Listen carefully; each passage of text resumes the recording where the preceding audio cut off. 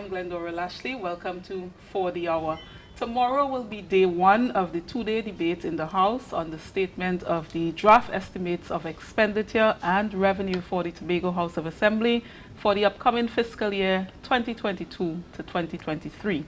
This evening, we have a panel in studio to discuss the draft estimates as presented by Chief Secretary and Secretary with responsibility for finance, trade and the economy, Farley Chavez Augustine. Our guests in studio are, we have former Assemblyman Max James, we have the President of the All Tobago Fisherfolk Association, Curtis Douglas, and we also have political activist Barry Nelson. Three Tobagonians that we're all familiar with. Good evening, gentlemen. Good evening. Good evening to you.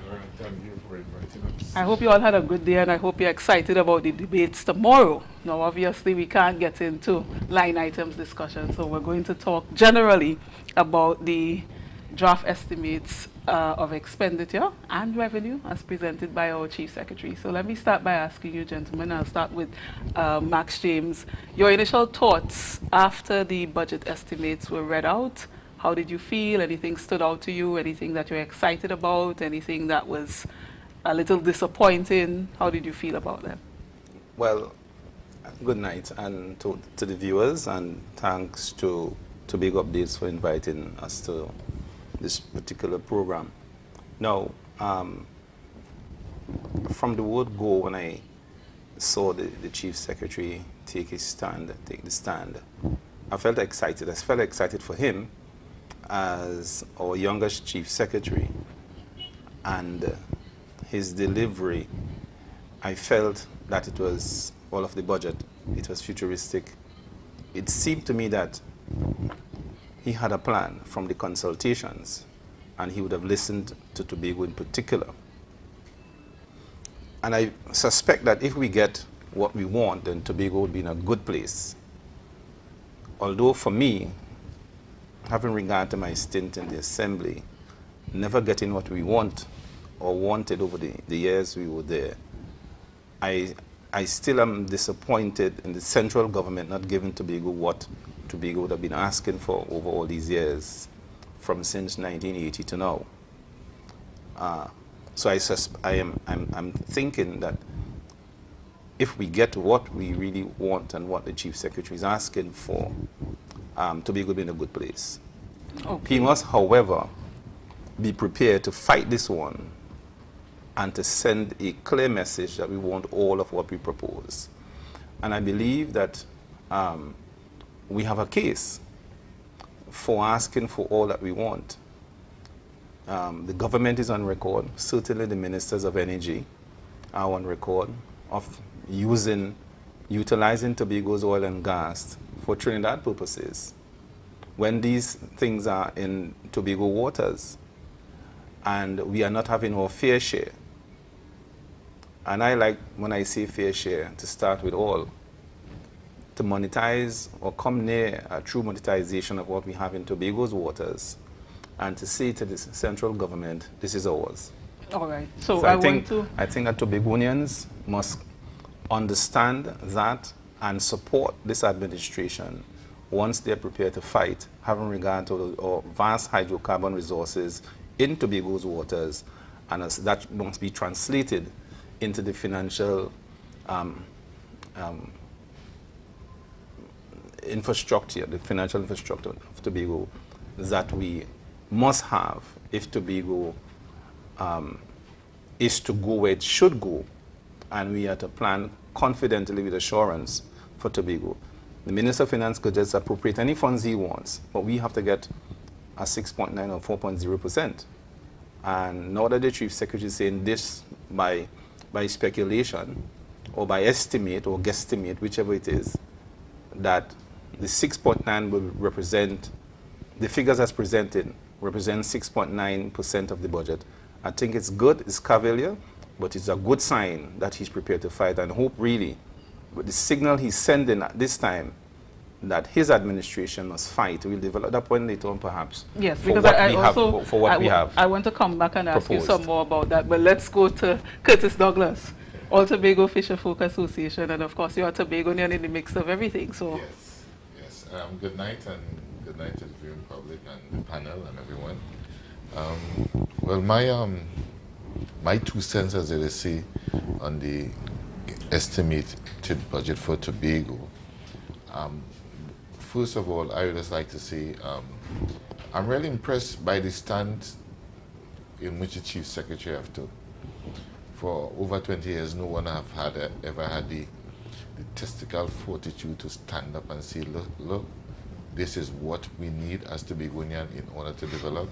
So I am putting and throwing my hat in the ring, and I am going to do something what people or former chief secretaries or finance secretaries had never done. All right, and in that notion, I was impressed to that level, and I was also impressed by the fact that he would have met with a lot of stakeholders. He would have met also with the fishing industry, which is all Tobago fisherfolk, and given him data and stuff that needs to be done to build a better fishing industry, and being able to have that conversation with him, I find was impressive, and also asking for a budgetary allocation from us to give us our budgetary allocation to the budget. But I know Barry's here, and I want to give everybody the chance to elaborate on what they think.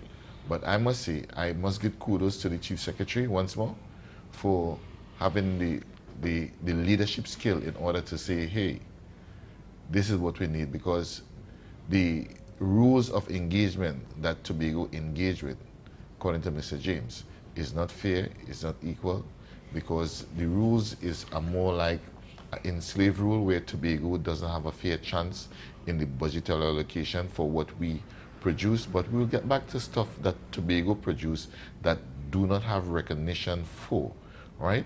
So I would like to let's leave that for now, because I intend to heat things up in the next 5 minutes. So I'll leave it on to Barry to do his portion. So let's go to Barry Delson. Lenora, thank you, and thank you for inviting me the Tobago Updates. Thank you for your good night to the viewers. And I was very eager for budget day. After, taking into consideration, after 21 years of one party rule, the PNM, and then basically for the last two terms where they have the PNM in Trinidad and the PNM in Tobago. So I was very eager to see what signal and the tone that the Chief Secretary would have said.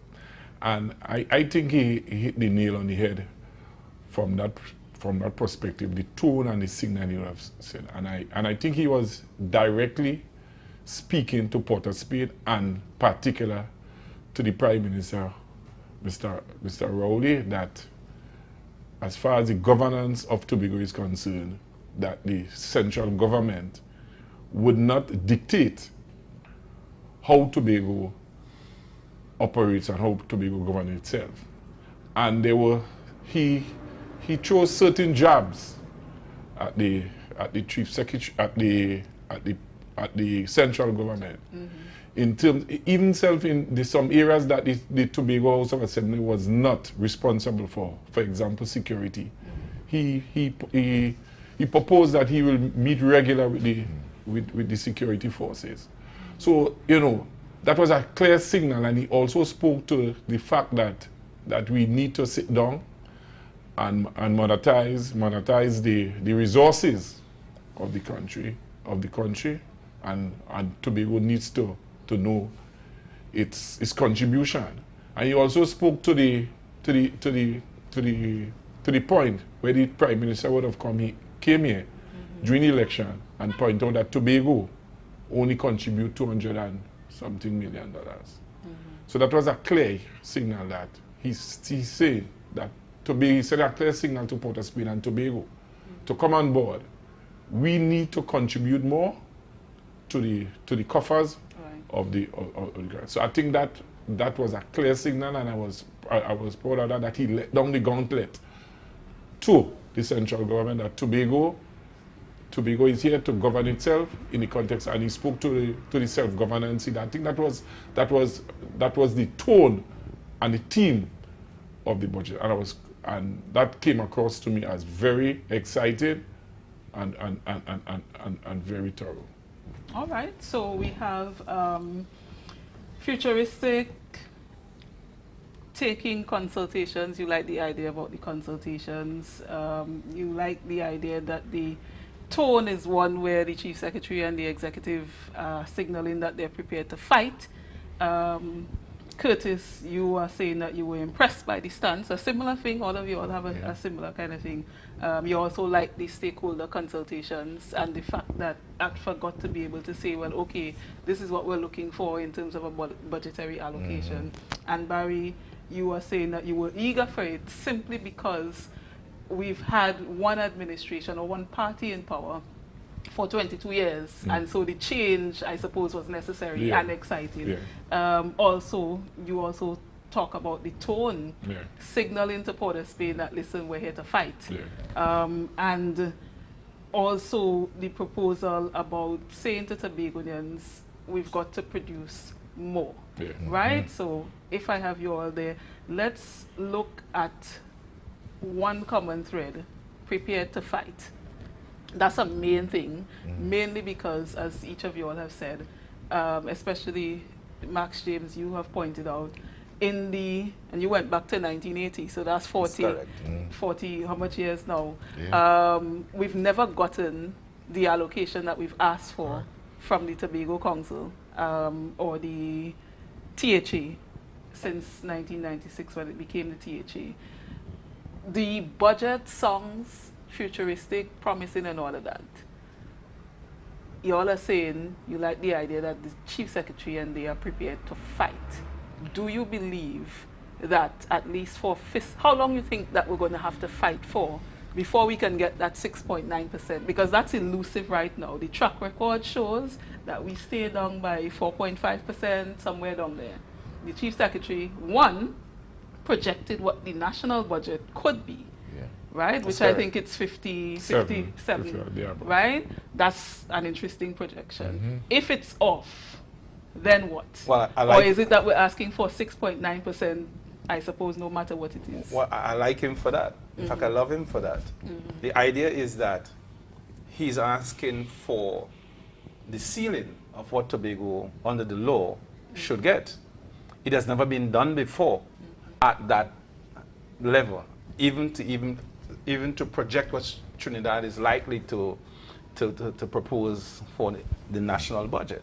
So I think it's a new dimension in respect of budgeting here in Tobago. So that if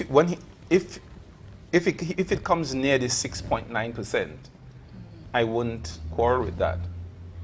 But we are talking about a state of indigence in Tobago. You were talking about a state where people cannot get enough financing mechanisms to operate and to live comfortably in Tobago. We can't do anything with certainty that our government here in Tobago can plan a certain degree of certainty so that we could also, as business people and as Tobago citizens, could plan accordingly. Now, there are two things I want to point out, which we must pay attention to. The Deputy Chief Secretary is soon to open his office in Trinidad, and he's going to speak to the Tobago diaspora. And that's a significant voting bloc in Trinidad, the Tobago diaspora. Half of my family, maybe 3/4 of my family, live in Trinidad. And most Tobagonians, they have some kind of relative living in Trinidad. So you want to appeal to the Tobago diaspora to support this thrust that Tobago is undertaking, and to tell the PNM government, look, if you don't give our motherland what they're asking for, you better watch out. But let me ask you this as a former policymaker, right? Every constituency, in a sense, has to go to cabinet and they all fight. They all fight for whatever they want. Trinidad has normally said, in a general way, Tobagonians are getting too much, particularly based on our size, right? In considering the entire thing, not just what Tobago wants, when we consider what we want to get, and as Barry raised, the need to produce more. How are we going to come forward now while we fight? Because there's nothing wrong with saying to Port of Spain, listen, we want more, we're demanding more. That's well and good. But are we also prepared to perhaps try and produce some more in the same period that we're asking for more? Or do you see that as asking too much? Well, producing more is always on the table. Where I am going with the particular line of argument is that for years we have been underfunded, and that has kept back Tobago's development, if you see what I'm saying. And therefore, the strategy to place Mr. Duke in Trinidad, the way how I read it, I haven't spoken to him, but I could see the strategy, is to appeal to the Tobago diaspora and say, listen, your motherland has been under attack for 40 years. Secondly, so we can develop that discussion. But you're talking about a longer term plan. No, I'm starting That's from not fiscal 23. It can start now. He will begin to speak, if I understand or know Mr. Duke enough, he is going to start that discussion now. And I suspect what he's going to do is to show Trinidadians what Tobago's potential is, what Tobago has as assets.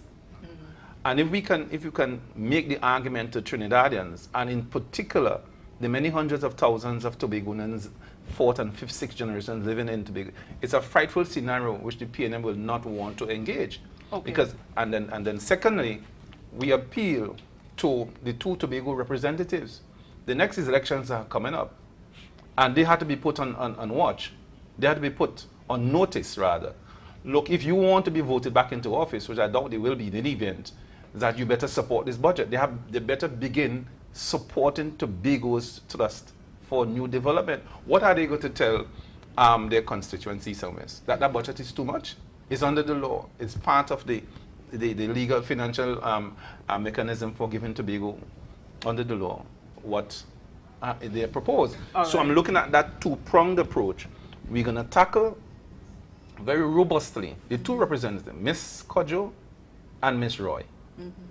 And they better come with. Even the new senator from Mason Hall, he must say, look, I think the budget, they all should say, and even the opposition, they all must say that this is something good for Tobago. And if they don't support it, we'll take the fight to Trinidad.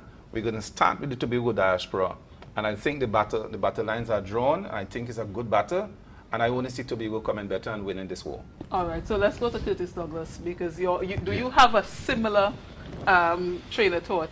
Yeah, my thing is, Max, is basically the Chief Secretary had mentioned in the announcement of the budget about 2 mega farms. That is agriculture, and they also alluded that agriculture represent 1% of the GDP. That is because of the shortcoming of funding from our sister isle in Trinidad, and they dictate how much Tobago should have. Before, they never give us justice to begin with.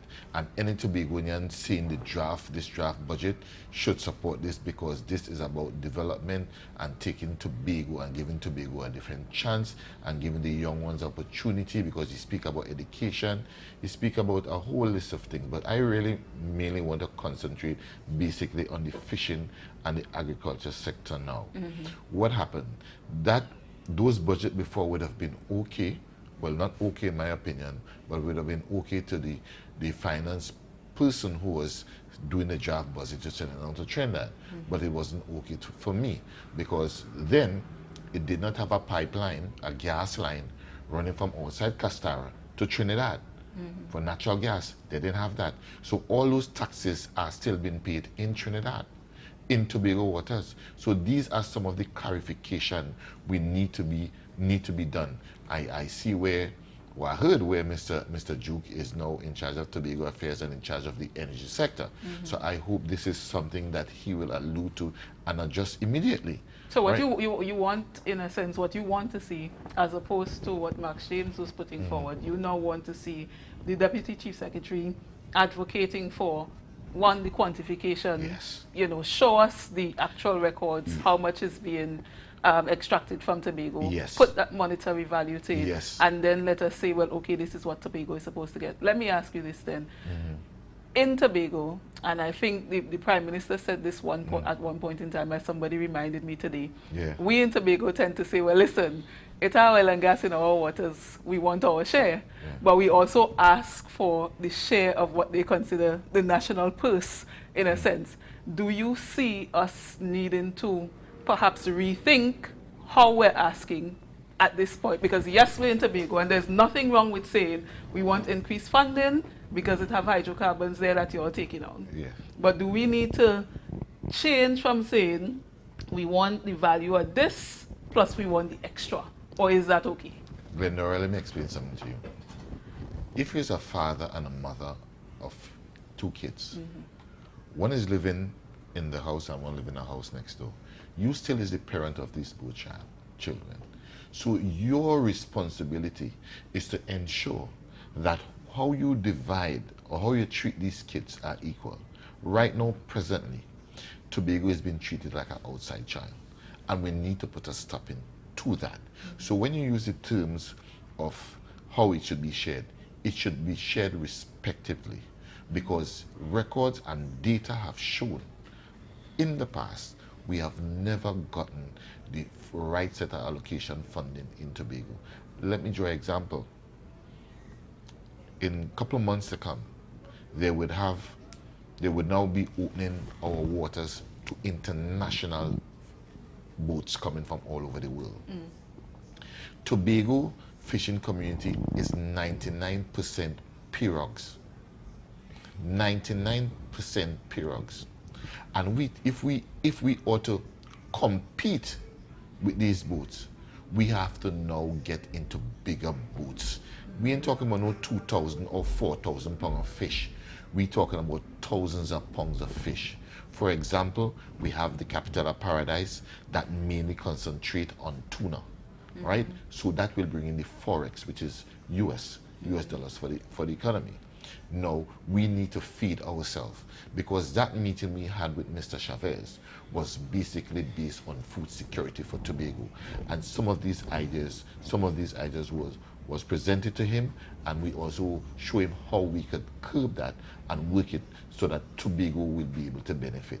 But how, before we go to Barry, because we got to bring Barry in the conversation, how to get to what you're talking about capacity-wise, how does ATFA envision that happening? I suppose, yes, some technical assistance from the THA, but in terms of ATFA's own ability to scale up, get bigger vessels, get the technology and so on, what are you prepared to do now in fiscal 23, for fiscal 23 or beyond? Basically, we start training our fisher folks to have the captain license, because you need to be sea aware, seaworthy, and know the rules of and the game of the sea. And I'm not saying pirogue men don't know, but we are going to a different level whereby we need to follow certain rules, even though it is in our own waters. Rules are there to set so that we all should follow, so we should have no accidents, we have no argument, no fighting, no piracy.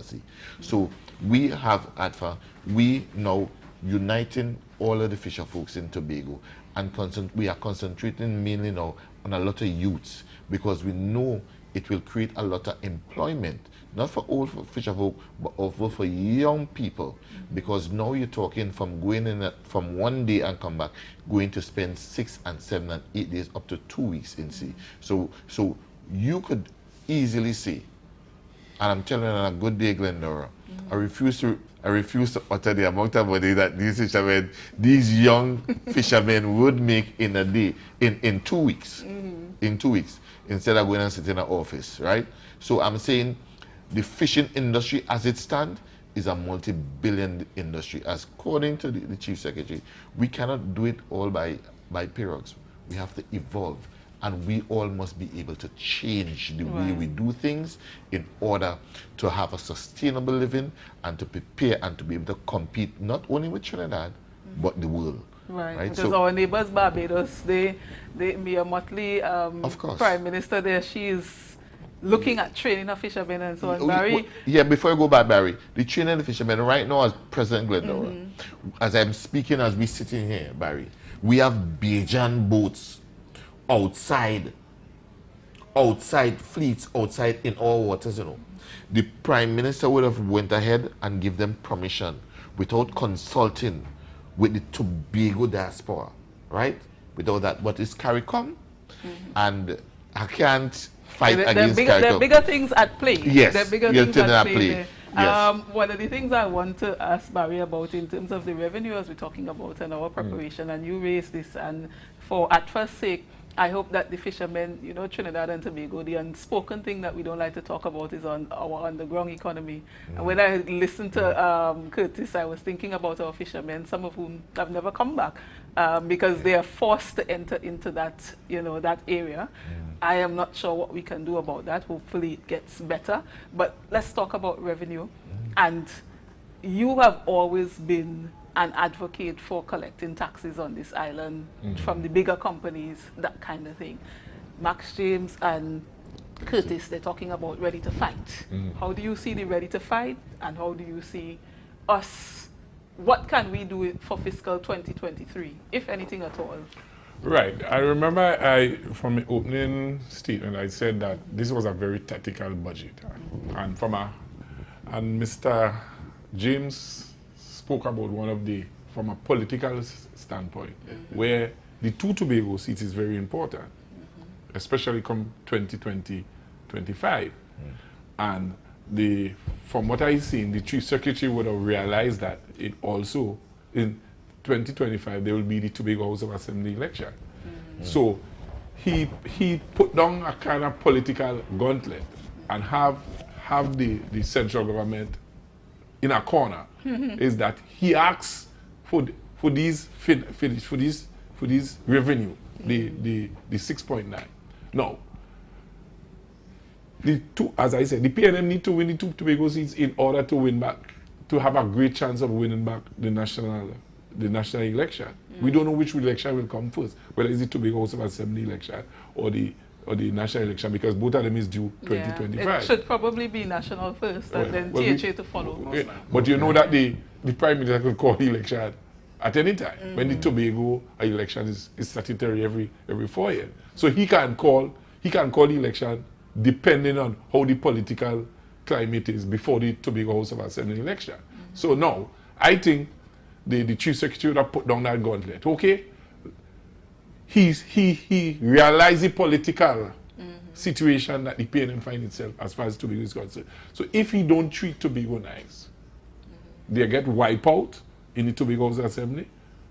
They could get wiped out in the national election if they don't give Tobago its fair. But you are a political man, Barry, and you have seen where, at least in the last thing that the PNM had to deal with there, where it was almost clear as day that they needed to make some changes to be able to get a win. And Dr. Keith Rowley, who's leader of the National Party, said, no, we could lose and we could handle that. Do you think that could be a possibility going up against these ones that are there in the cabinet? We've seen some of them who don't shift at all, mainly because they have been prepared to lose. Nobody likes to lose, but they've taken that stance. Do you think that could also be part of it? To what end? Well, that's the question. To what end? To what end? To what end?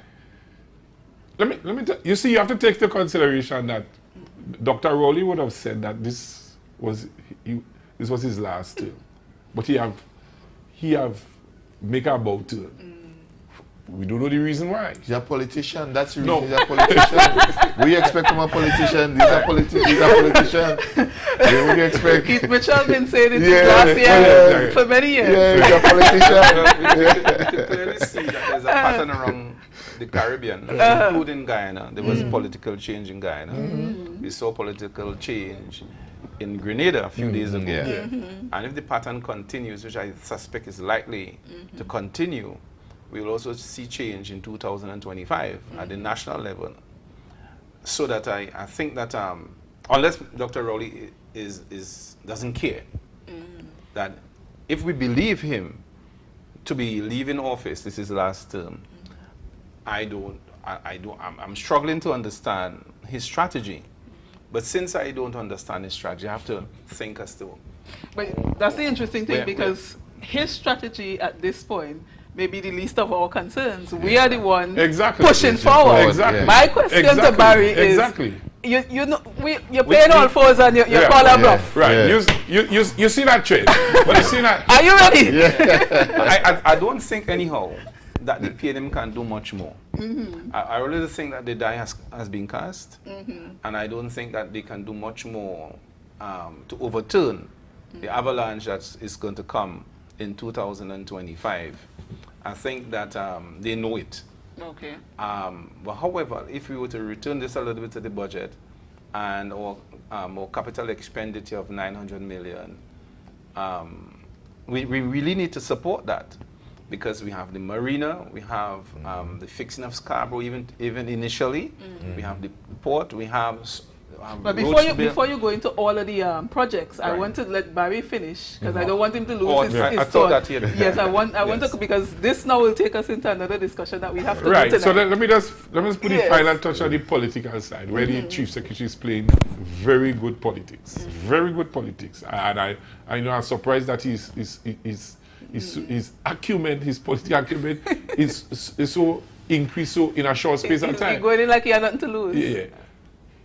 He raised the salaries of Europeans. And CPEP, yes, and others. Yeah. So he's trying to tell the Tobagonians that.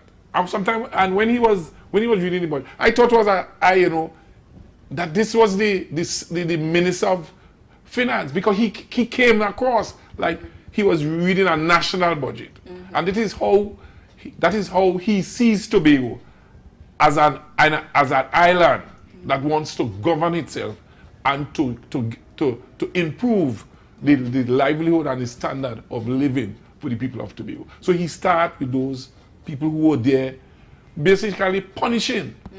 So what he's trying to tell the people of Tobago, and especially those at the ground, ladies and gentlemen, I have all your back. Right. And he would have gone into other areas where he'd have said that those people who would have been languishing for help and for recognition. We saw that in just the Friday after the budget, where he gave the home improvement grants and so on. So the chief secretary is sending a clear message to the people of Tobago and the island of Tobago that come on board. Let us fight together. Let us stand up together. I don't want to use the word fight.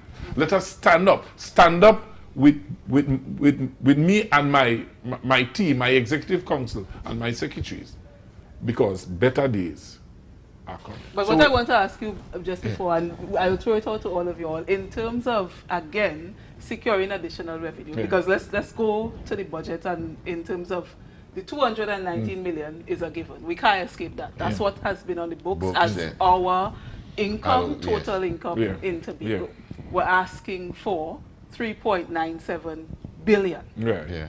some of which involves conversations with the Caribbean Development Bank, Yes, I was with not the going to that, IDB and so on, but Yes. those are conversations. Conversation, And yes. something that has caused me a little bit of concern with respect to what the Chief Secretary put forward is that we all know CDB, IDB, those are national arrangements. Yeah. It's not like the THA can go and say, Except- we want Exactly. 43 million and Exactly. it comes to Yes. us. No. And then we have to take into consideration, Max James, that our borrowing facility is also approved by Corporation Seoul, which I thought it was 300 billion, but I'm told that is flexible.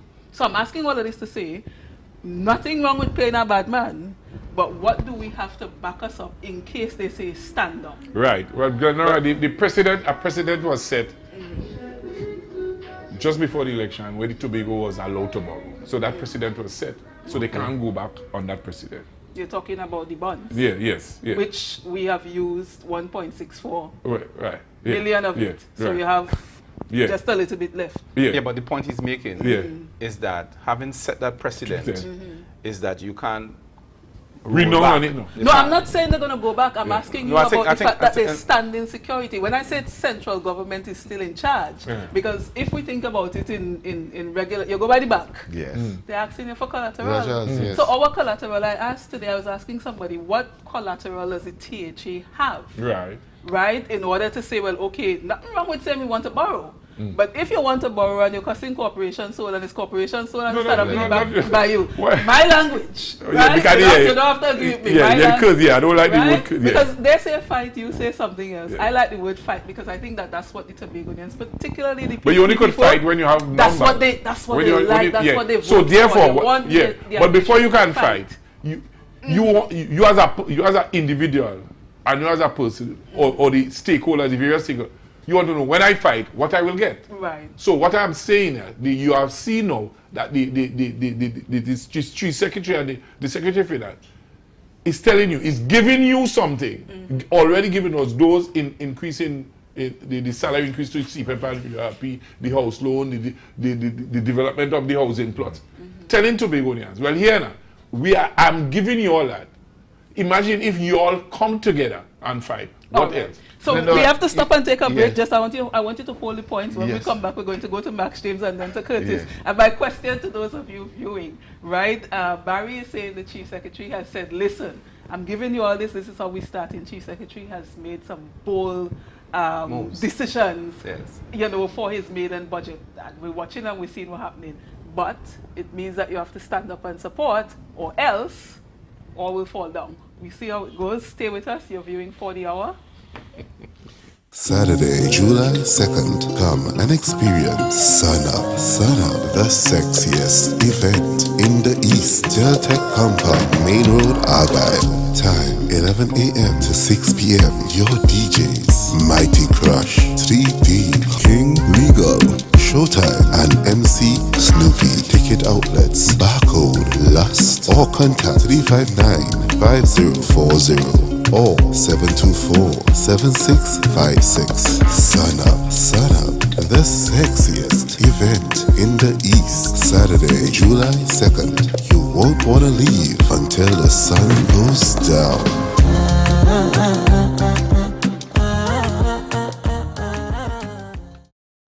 Staying Alive, the benefit concert, Saturday, 9th July at O2 Park, Chagaramas. The Giants of Trinidad and Tobago on one stage. Come and celebrate with us as we celebrate life and give thanks for the music. And we go down like licky-ticky, licky-ticky, licky-ticky, licky-ticky, licky-ticky. We have a style like licky-ticky, licky-ticky, licky-ticky. Guess the band. You want to know where we coming from? Say you want come look for me, yeah. If you're willing to have some fun, I could keep you company. Staying Alive, the benefit concert. There is nowhere else in the world you could see all of these giants on one stage. Guess the band. Machelle Montano, Freetown Collective, 3 Canal, Orange Sky, plus many more artists to be announced. Tickets available online at islandetickets.com. All Häagen-Dazs outlets nationwide. And Ojo World, Saturday, 9th July at O2 Park, Chagaramas. Conquering all the obstacles. Staying Alive, the benefit concert. Are you an artist, reader, or passionate about culture? Then join us on Saturday, 2nd July from 3 p.m. for the official Tobago book launch of The Chronicles of Kyrie.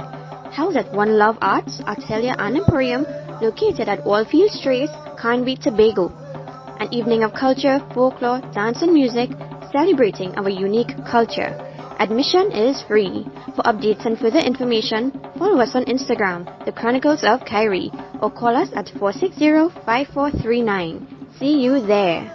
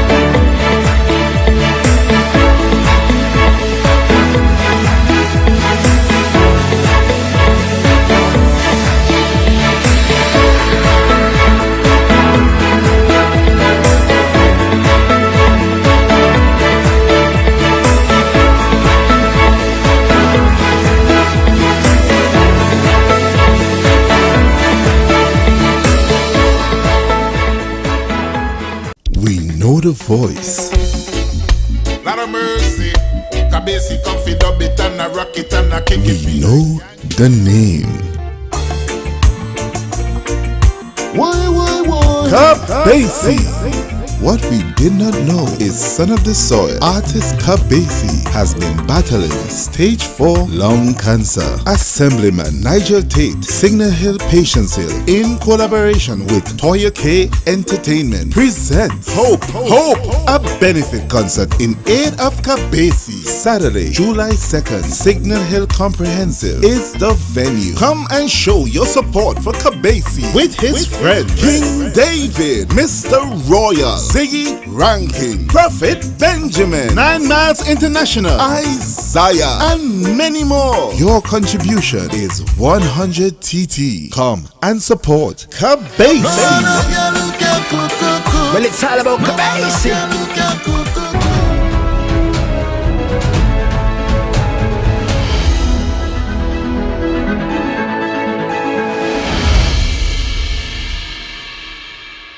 Thank you for staying with us. You're viewing For the Hour. We're discussing the 2022 to 2023 THA budget estimates. We've got 3 powerhouse gentlemen in studio this evening. We've got former Assemblyman Max James. We've got the overly well-known in Tobago, at first President Curtis Douglas, and we've got our very own Barry Nelson, or somebody in the comments says Mappa. Yes, 3 powerhouse gentlemen. I'm just the lady hosting the discussion. Yeah, you know, people in the comments, somebody is saying, and that is why the Chief Secretary is a blessing to Tobago, and people need to understand the long-term vision for this island. Very strategic, but motivated by good intentions, and it's a call to one and all to support the Chief Secretary's drive for better to be done from central government for Tobago's allocation. Keep telling us how you feel. Curtis Douglas had a burning question, so we'll go to that. My question, I mean, I see the futuristic intention for the betterment, not only for Tobago, but for the youths of Tobago that's coming. And I know we all have to leave a legacy. But my question to these 2 gentlemen today is a more controversial question. Now, I'm asking the both of you all tonight. Max talk about fight and etc. and moving forward. And Barry would support, you didn't use the term fight, but it's a support of, right? You think the PNM government or the opposition, right, should support the Chief Secretary budget? I want to know what is you and Max comment. When you say the opposition, the well, UNC, the minority leader, in THA, the minority in THA, which is the PNM-led minority, should support this budget without any queries. Without any queries. In moving forward. It's an oxymoron. It's an oxymoron. What else should they do or could they do? Say that the Chief Secretary and the other secretaries should not implement those things. The 2 mega farms, the marinas, the tourism projects, the port. What is there in that not to support? No, I'm just saying. I didn't say you said that. Yeah. But I'm just saying it'd be foolish for them to come out tomorrow and say, you all can't get that. It's a pie in the sky. Well, it's always been pie in the sky. But I suspect this time, from the political side angle, the Chief Secretary has intellectually made the case. And he has a superb intellect. And I think he has a good crew with him. They are all experienced people who you'll hear tomorrow making the case. Right. And I think it'd be foolhardy for the opposition to say anything negative about this budget.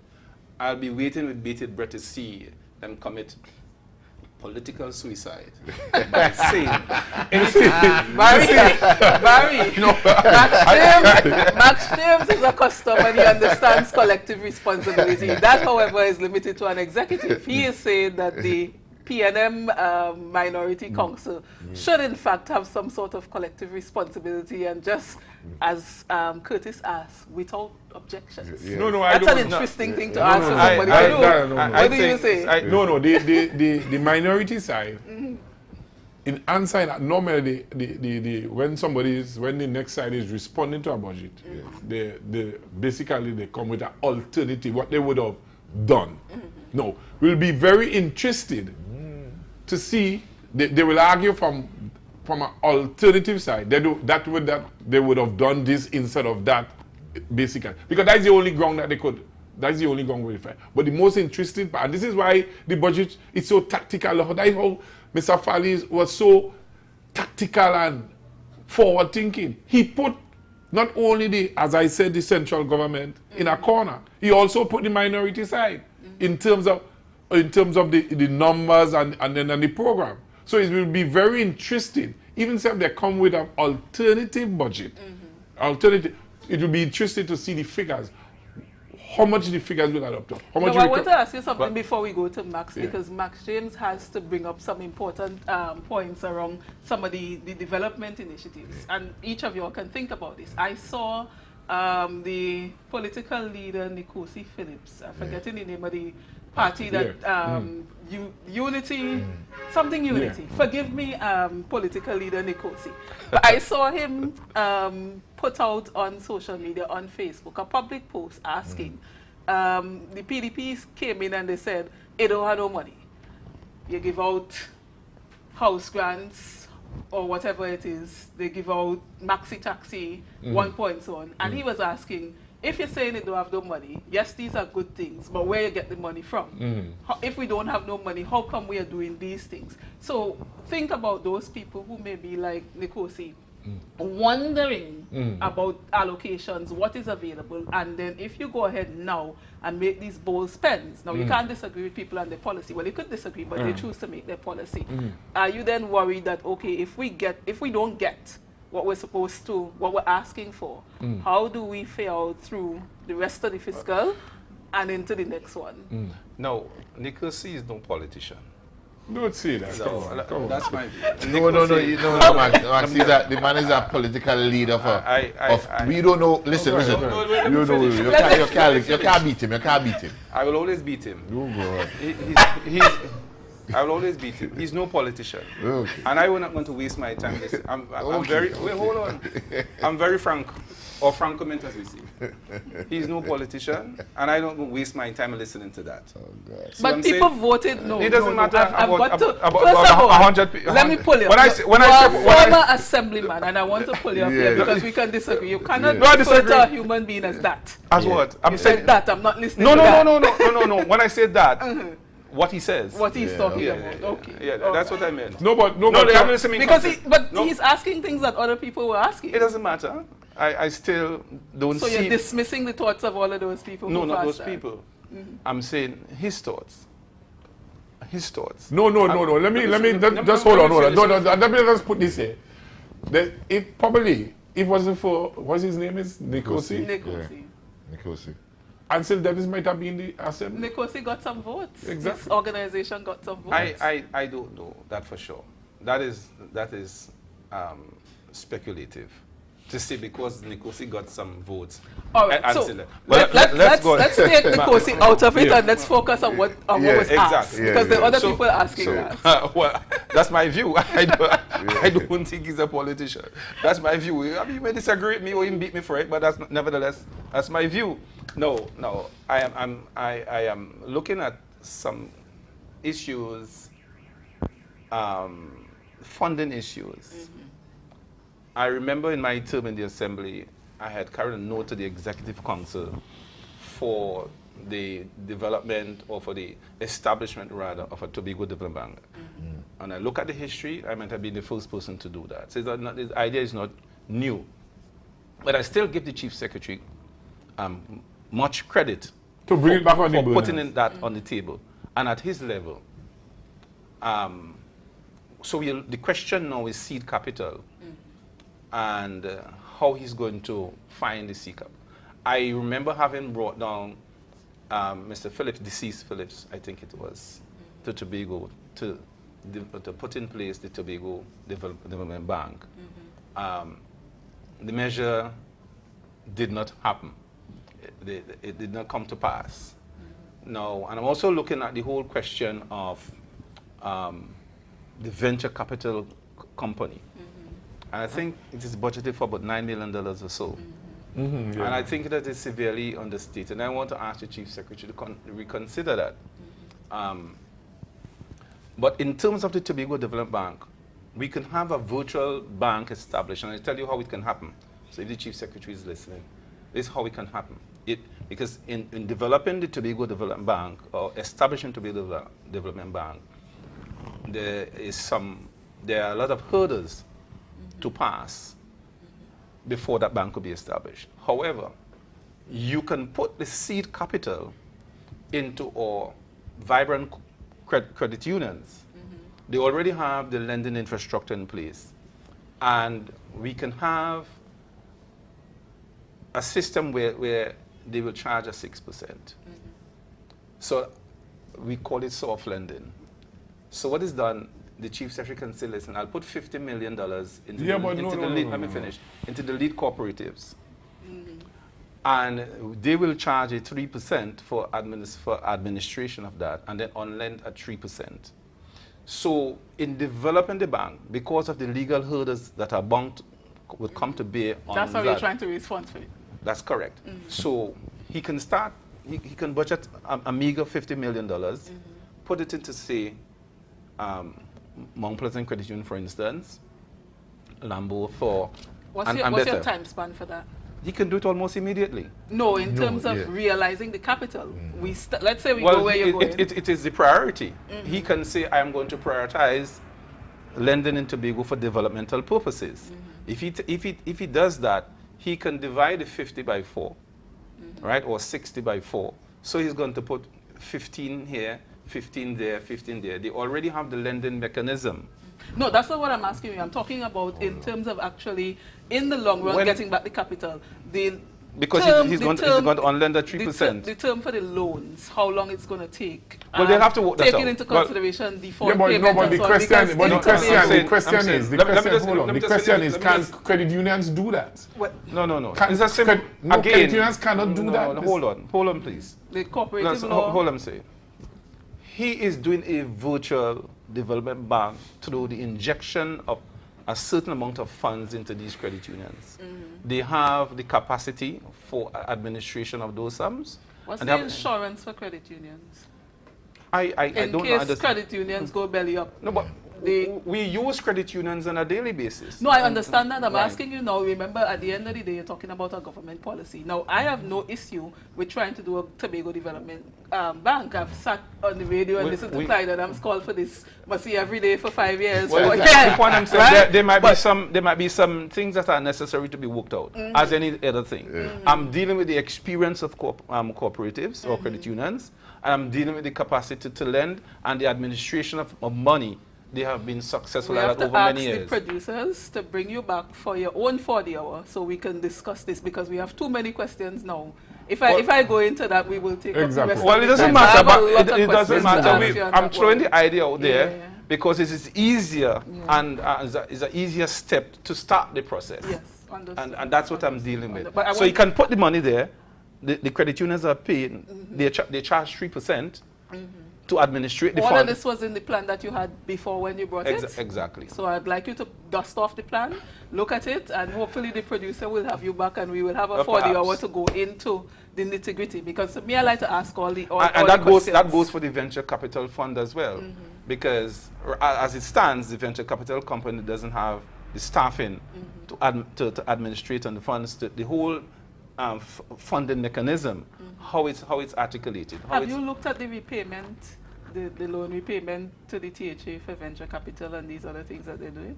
Have you paid attention to that? That might be the simple part, but I'm dealing with an idea. And I'm saying, if you understand the idea, is that if you're weak in this area, you already have financial institutions that are seasoned in Tobago that can administrate on those things as a start. Right now, the venture capital company.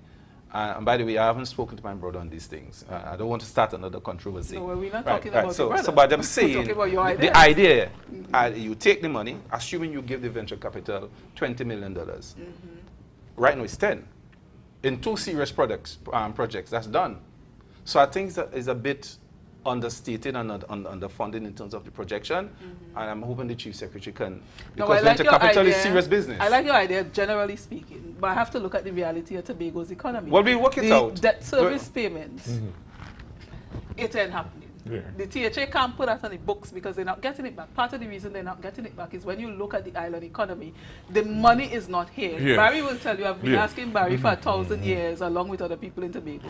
Let's talk about the circulation of $1 in Tobago and what people earn and how the money is. Yeah. Where you look at business people. People get some small grants, they get excited, and the business closed down. We're not talking about grants. COVID caused that's what I'm saying. Right. If you can't even deal with a grant that you're not Exactly. paying back, Exactly. when you have a loan to pay back, back. if we bring in here the gentlemen from any of those, the managers from any of those We are banks speaking there, about a ship or a boat or half of a ship to send men outside in the ocean there to bring in fish in after 2 or 3 weeks. Not so? Yeah, yeah. So venture capital will afford me to purchase a ship. we One understand the last purpose of the venture Right. capital. So what we- I'm asking you to look at is the All reality I'm of the saying, Tobago if we Island like economy. the idea, we will iron out the bugs, we'll iron out the... Yeah. But to Fair say enough. Fair that enough. you have these things here, of course we know that, but to say that these things are possible obstacles, I want to hear a solution. I do, as I tell my sons and my business, I do want to hear that you can't do that, that you can't do that. Give me Well, a let solution. me ask the gentleman about a solution, because to me, one of the concerns I had with the budget, I looked at recurrent expenditure versus development. Personally, I am more pro-development. I also would like to see a change in what development means in our budgeting, because it's too limited. And we've seen traditionally, much like THA never getting 6.9%, we've seen that the development budget has always been low. I think last year somebody got This is the 300 point. million, that kind of thing. 300 million cannot even fund the TRHE, right? But with recurrent expenditure, they put that up by 992 million, if I listen to the Chief Secretary correct. My question to a few people, it was, why didn't we try to, as opposed to raising recurrent expenditure, which I saw mainly, I suppose, as operational expenses, maybe more will come out in the debate, try to do revenue generating initiatives. Watson Duke in 2019, in his response to Joel Jack budget, if I remember correctly, he said, listen, wish list, papi show, we need to generate money. But then when I listened to the Chief Secretary, and with all due respect, I understand that we're living in a welfare society and people need to live. But I wondered, was there anything that we could put in the budget to generate revenue, even if it was under recurrent? Because understandably, when you ask for development, you don't really get the money under development that much. All right, you had What can we okay. do to get I understand funding? your question, and I agree. But you have to remember that the country now come through COVID, where people would have lost jobs. So you're trying as best in the short term to keep as many person employed as possible, and then to try to from a government perspective, the safety net, because part of the expenditure from the recurrent side was social. That is why the health and social services got the greater lion's share. the lion's share, and that was basically that is remember that the food care and the social But let me services. ask you this, Barry, as you go in there. We are also globally Yeah. heading down. Yeah. I know we like to talk about energy, but energy ain't looking so top. Right. We want For to the take next all we few can get years. now. Right. So what I'm asking about, I understand the need to Right. do the things Right. to make sure that we come out. Was there any way to do any little thing? I don't know if it's a construction Right, project. and this in is there why, to raise- right, to and this do is why, something. remember that the country on a whole, not getting the revenue from the gas and oil, not anymore. So that is why the country is going to try to diversify the economy once and for all. and the two areas that they have to diversify, number one is agriculture, and then Tobago could play a part as far as that is concerned with what the Chief Secretary. And two, tourism, where Tobago. So if you listen to I didn't get to go through the budget with a fine tooth comb, but you see that the Chief Secretary would have sent a message to the central government saying that we're not getting the revenue from the gas and oil. And if we are getting that, we need to come to the table because Tobago need a fair share. He makes sure and say that. But then we need to diversify. So it's what he's saying. And this is why the Tactico and whatever is playing, have to play this important role, because the only, as I said, the two areas that the country and a whole, not only Tobago, have to diversify, is the agriculture system and two, the tourism section. And this is where Tobago have two bites of the cherry, from the agriculture standpoint and from the tourism standpoint. All right, so they were the unfortunately, we have run out of time. However, I just want to ask each of you one word only. No closing remarks at this point. Right? One word only, because we're out of time. I want to hear from each of you talking to the average Tobagonian listening to us tonight. Right? Because we've got all the technocrats who understand and so on, but we're talking to the average person. Because then, in my mind, in my humble opinion, there needs to be a mindset where we've got to understand that we need to do some sacrificing. And I'm not sure that many of us understand that, because our chief secretary could be as good as gold. Exactly. But we've got to do some sacrificing in order for him to achieve what he wants to achieve and for us to be better in Tobago. So I want from one of you... So quickly for me... One suggestion on what we can do as people in Tobago. Stand up for your political, for our future. Just stand up with the chief secretary. And I'm happy that he increased the salaries for the CPEP and URP, because they can now have a better chance of survival.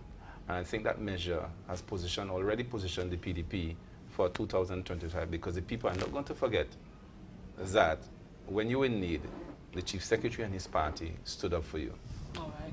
Right. Basically, what I have to say, it doesn't matter if you're PNM or PDP or whatever the case may be. You need to collaborate, because this is Tobago. The politics is over. We are now dealing with the lives of the people. We need to support the chief secretary. He's the one that, and his team, we need to give them 100% support, whether what colors you're wearing, whatever the case may be. You need to support that. We have to support the agriculture sector. What farmers need, not to let's get land out there. Everybody need to do their part and their role in making a better, best island it have in the world. So we all need to collaborate. It needs a collaborative effort with the fishing, the farmers, the oil and gas sector, the teachers, the lawyers, the doctors. Everybody have to come together. This is not a fight for political status. This is a fight for the survival of Tobago, and the kind of quality life we will have depends on how we treat with each other. Right. I want to tell each family that for too long, most of us have been living above our means. And we need to look in the mirror, and it has to start there. Look in the mirror and see we are above, most of us are living our means, and it's time to live within our means. It has to start with us. And those who may not, and to do that, you have to cut back on certain things, the luxury. Sometimes we have to grow our food garden. Yes. And to those who are struggling, we have to get back that Tobago spirit. Tobago spirit for a long time. We give this one our bread, our sweet bread. We have to get back that Tobago spirit. Yeah. And so let us begin by individuals looking at ourselves. And for too long, most of us are totally living above our means. Let us start there.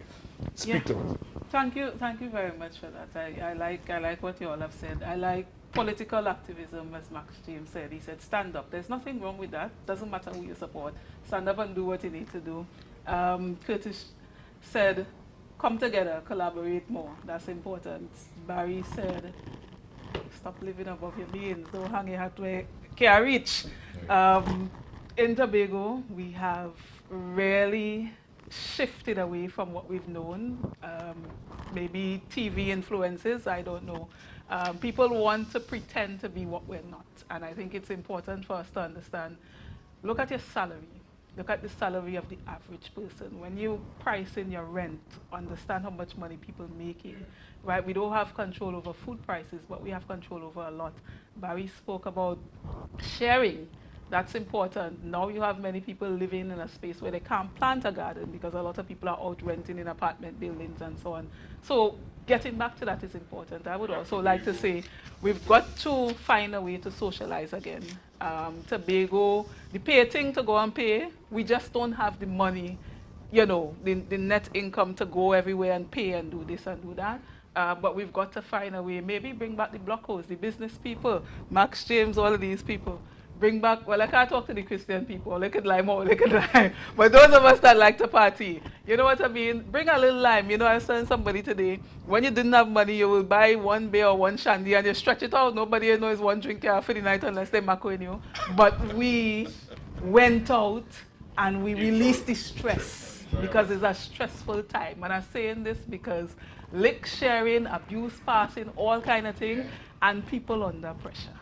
Right? So we've got to find a way to, as we wish all the best to the Chief Secretary and his team, find a way for us to cope daily so we could afford the food and we could do, you know, all of these things.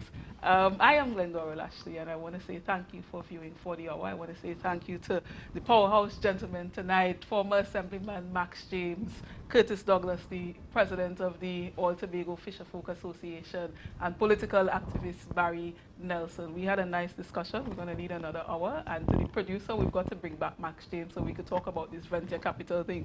We might have to bring in Barry too because Barry objecting to a little bit of that. Anyways, good night. Thank you for viewing For the Hour. Have a good night. Tomorrow, stay tuned to Tobago Updates, the debates in the House, day 1. Just make sure you tune in to Tobago Updates in the morning for the morning show. Just pull up Tobago Updates, subscribe, tap the little bell. As soon as we go live, you know something important happening. Right? Share the live, share the live, share the live. All right? I'm not sure. But good night, everybody. Have a good night. I think it's 10 o'clock. It's just waiting for your eyes.